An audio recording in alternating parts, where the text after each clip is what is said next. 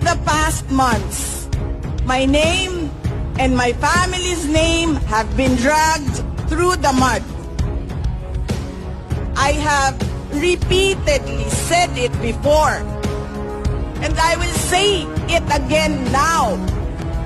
I am not the problem of this country.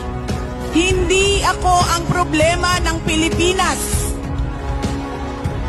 Hindi Duterte ang problema ng Pilipinas. Sino nga ba ang tunay na makikinabang kung tuluyan ng burahin sa mundo ang pamilyang Duterte?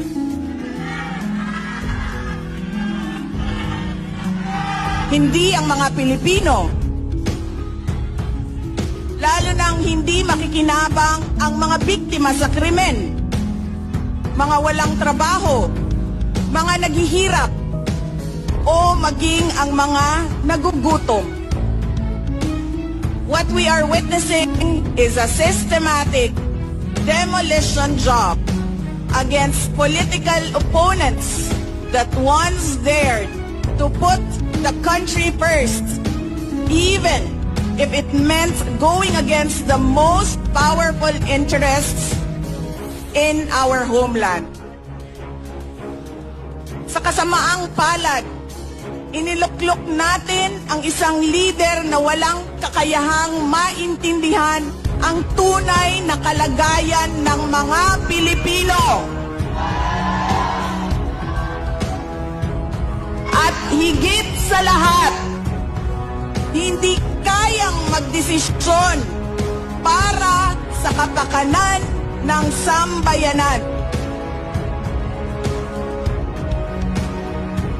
Pinagbabayaran natin ngayon ang pagpili ng maling leader.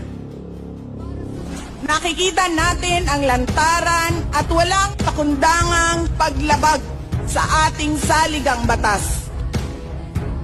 Pinamumunuan din tayo ngayon ng isang taong patuloy pa rin tumatanggi, sumailalim sa isang pampublikong hair follicle drug test at nagsinungaling sa 20 pesos ang bigas. Ang masakit pa, nakuha nilang kidnapin ang dating Pangulo.